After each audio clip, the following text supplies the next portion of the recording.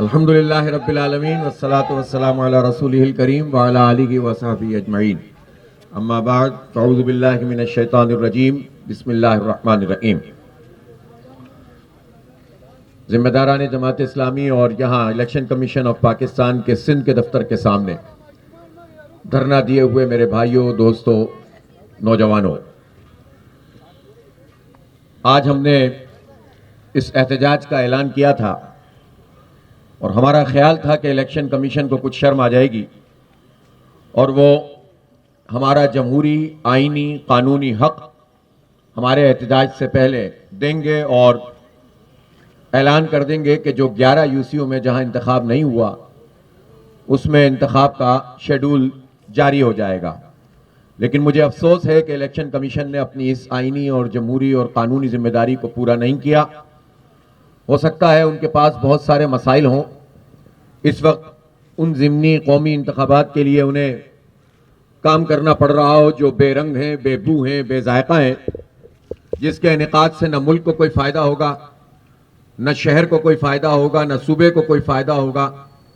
बल्कि जब उनसे सवाल किया गया कि आपने, जबकि अभी कौमी इंतखाब बिल्कुल सामने मौजूद है, तो 33 नशिस्तों पर ज़िमनी इंतखाब कौमी असम्बली का अनाउंस कर दिया, तो उन्होंने ये कहा कि ये कानूनी ज़रूरत थी और इलेक्शन कमीशन का काम यह है कि वो कानून के मुताबिक काम करता है।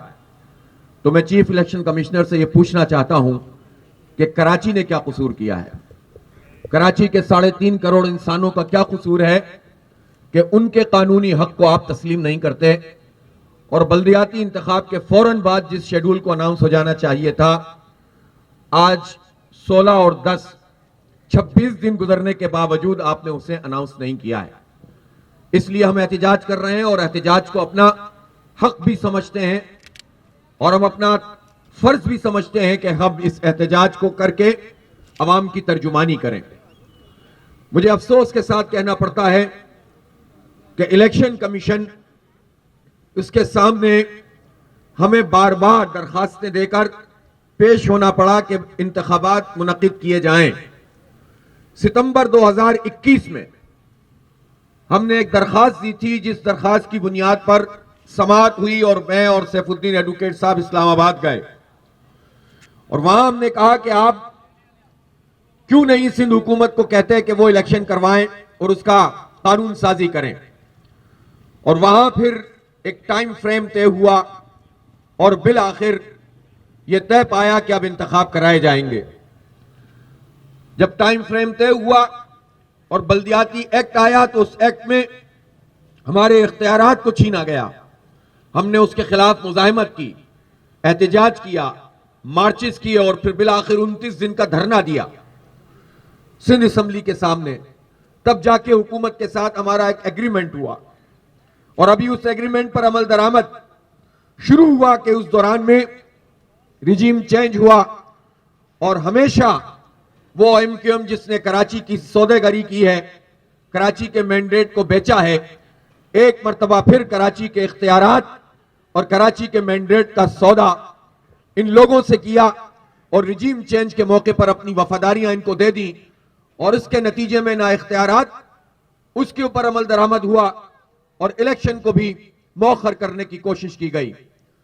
जब इलेक्शन बिल आखिर अनाउंस हुआ 24 जुलाई को, तो बारिश का बहाना बनाकर 34 दिन के लिए मुलतवी करवाया। और हम ये बात जानते हैं कि यह एमक्यूएम का फरमाइशी प्रोग्राम था। पीपल्स पार्टी तो बल्दियाती इलेक्शन कराना ही नहीं चाहती। फिर उसके बाद जब 28 अगस्त का वक्त आया तो सिंध में आने वाले सैलाब को बुनियाद बनाकर और एक झूठी फोरकास्ट के कराची में भी 28 को बारिश होनी है, वो झूठी फोरकास्ट पेश करके इन्होंने 28 अगस्त का इलेक्शन भी मुलतवी करवाया। उस वक्त भी एमक्यूएम की और पीपल्स पार्टी की ख्वाहिश और डिमांड थी। इलेक्शन कमीशन आलाकार बना, हमें अफसोस के साथ कहना पड़ता है। फिर उसके बाद जब 23 अक्टूबर की तारीख आई तो फिर खतूतबाजी शुरू हो गई और यह कहा गया कि हमारे पास नफरी नहीं है, नफरी तो अंदरूनी सिंध में लोगों की खिदमत कर रही है। और यह बात हमसे कही गई, अल खिदमत और जमात इस्लामी के लोगों से कही गई कि जिन्होंने अपने सिंधी भाइयों की खिदमत की, न मसलक देखा, न मजहब देखा, न जुबान देखी, और सबके साथ वो सलूक किया कि ये हमारे भाई हैं और मुसीबत ज़दा हैं, ये बरसात से मुतासिरीन हैं। और यही वो जमात इस्लामी और अल खिदमत है कि इंसानियत को एक नजर से देखती है। आज भी जब हमारे तुर्की और शाम में जल्जला आया है तो अल खिदमत और जमात इस्लामी के रजाकार अल्हम्दुलिल्लाह वहां मौजूद हैं और अपने भाइयों की खिदमत कर रहे हैं। इसलिए हमने खिदमत की और देखा तो हमें कहीं हुकूमत नजर नहीं आई, कहीं नफरी नजर नहीं आई, लेकिन झूठ बोलकर इलेक्शन को आगे बढ़ाया गया। और फिर जब 15 जनवरी की तारीख बिलाखिर हो गई तो उसके बाद भी साजिशें की गईं, बार बार साजिशें की गईं। इलेक्शन मुहिम जब चलाने जाते थे तो लोग पूछते थे इलेक्शन तो हो नहीं रहे, आप मुहिम क्यों चला रहे हैं? सारे पॉलिटिकल वर्कर्स परेशान थे, खुद इन तमाम पार्टियों के लोग जो इलेक्शन नहीं चाहती थी जमातें, उनके वर्कर परेशान थे कि ये क्या तमाशा हो रहा है। और फिर इतनी साजिशें की गईं कि इलेक्शन से 3 दिन पहले एक नोटिफिकेशन वापस लिया गया और यह कहा गया कि इलेक्शन नहीं होगा। उस वक्त चीफ इलेक्शन कमिश्नर ने अपना रोल अदा किया, हमने उसको अप्रिशिएट किया और उन्होंने इसको मुस्तरद करते हुए कहा कि इलेक्शन अपने वक्त पर होगा। फिर साजिशें हुई और वही साजिशें हुई जो इस वक्त हो रही हैं। इस वक्त भी गवर्नर साहब बहादुराबाद में मौजूद हैं और साजिशें हो रही हैं। उस वक्त भी गवर्नर हाउस में साजिशें हो रही थी, उस वक्त भी गवर्नर हाउस में साजिशें हो रही थी और कहा गया कि ऑर्डिनेंस के जरिए से इलेक्शन को मुलतवी करवाया जाएगा। एक जमात इस्लामी थी, हमने कहा तुम ऑर्डिनेंस लाओगे, हम आधा घंटे में इलेक्शन कमीशन में पहुंचेंगे और इस ऑर्डिनेंस को तुम्हारे मुंह पर मार देंगे, तुम्हें इलेक्शन कराना पड़ेगा।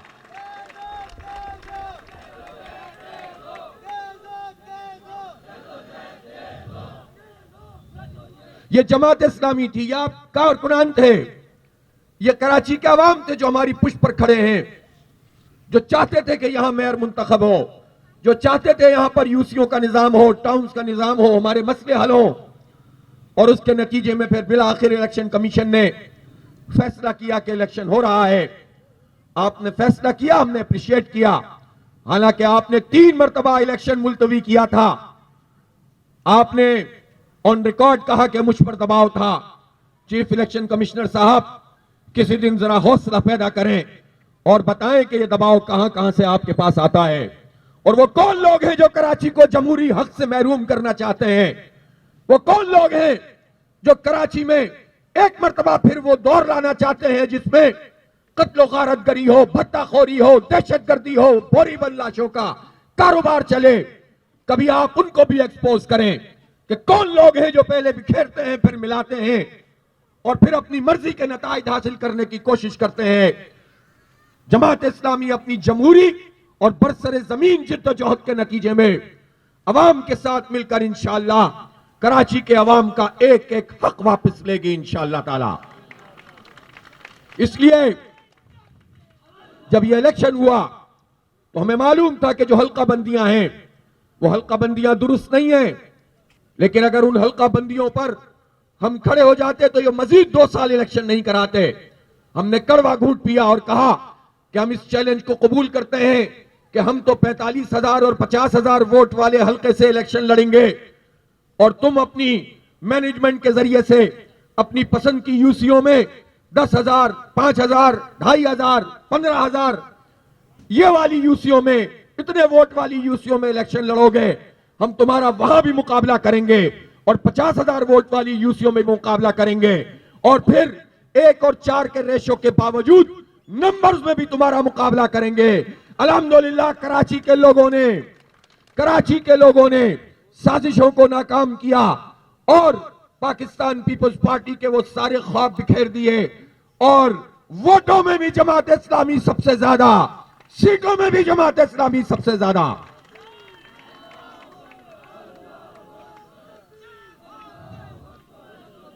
और जब सारी मैनेजमेंट, सारे ठप्पे, वोटर जो उसके बैलेट हैं उनकी तब्दीली, उस सब के बावजूद, अपने आरओस के इस्तेमाल के बावजूद भी 5 बज गए तो उसके बाद पहली साजिश ये हुई कि फॉर्म 11 और फॉर्म 12 ना दिए जाएं।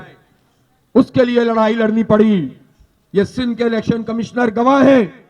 हमारी खतूत से इनकी फाइलें भरी हुई हैं। बहरहाल इन्होंने नोटिफिकेशन का इजरा किया। चीफ इलेक्शन कमिश्नर और सेक्रेटरी इलेक्शन कमीशन ने नोटिफिकेशन निकाला।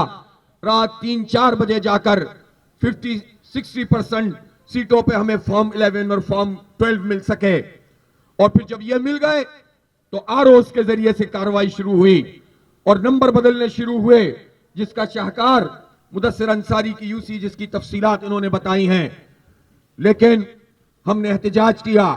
यह कैसा जमहूरी निजाम है कि अपने हक के लिए पहले इलेक्शन कराने के लिए एहतजाज करो और धरने दो, बल्दियाती एक्ट ठीक करने के लिए धरने दो, इलेक्शन होने लगे तो उसकी ज्यादतियों को उजागर करो, किसी भी तरह इलेक्शन हो तो माफियाज का मुकाबला करो, उसके बाद भी जीत जाओ तो फॉर्म 11 ना दिए जाएं, फॉर्म 12 ना दिए जाएं, उसके लिए भी लड़ो, उसके लिए भी एहतजाज करो, वो भी हासिल कर लो।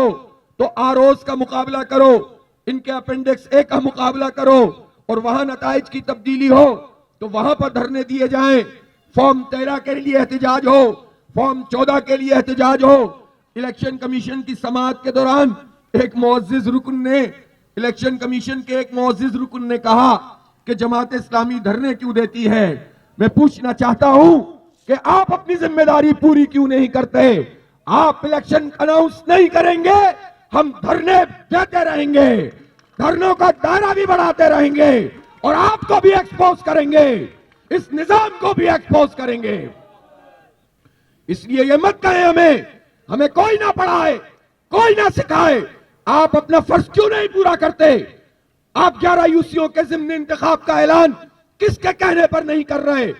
कौन सी ताकत है, मरई और गैर मरई, वो कौन सी कुव्वतें हैं जो एक मर्तबा फिर जमात इस्लामी का रास्ता रोकने के लिए आ गई हैं। सबका मुकाबला करेंगे इंशाअल्लाह ताला। धरना देना हमारा जमहूरी हक है, हमारा आईनी हक है। तुम कानून पर अमल करो तो हमें धरने की जरूरत नहीं है, लेकिन अगर चोरों की सरपरस्ती होगी, हुकूमत के कहने पर सारे काम किए जाएंगे, धरना भी देंगे, मार्च भी करेंगे, एहतजाज भी करेंगे और अपने हक के लिए हड़ताल भी करनी पड़ी तो वो भी करेंगे इंशाअल्लाह और पूरा शहर हमारा साथ देगा।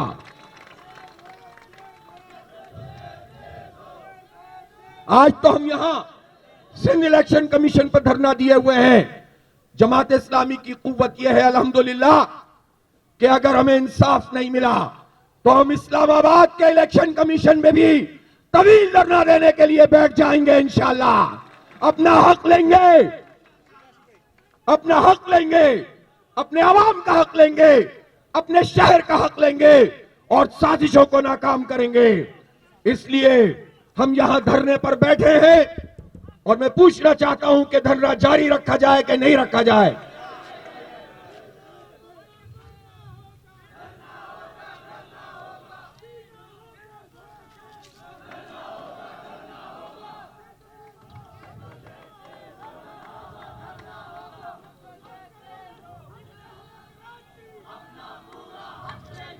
अपनी गुफ्तगू को खत्म करता हूं। धरना यह जारी रहेगा, नमाज हम अदा करेंगे। मैं इलेक्शन कमीशन से कहना चाहता हूं कि पहले मरहले में फौरी तौर पर 11 यूसीज के इंतखाबात का, जिसे ज़िम्नी इंतखाब कहते हैं बल्दियाती, उसका ऐलान किया जाए और उसके साथ साथ मेरिट की बुनियाद पर तमाम समातें की जाएं।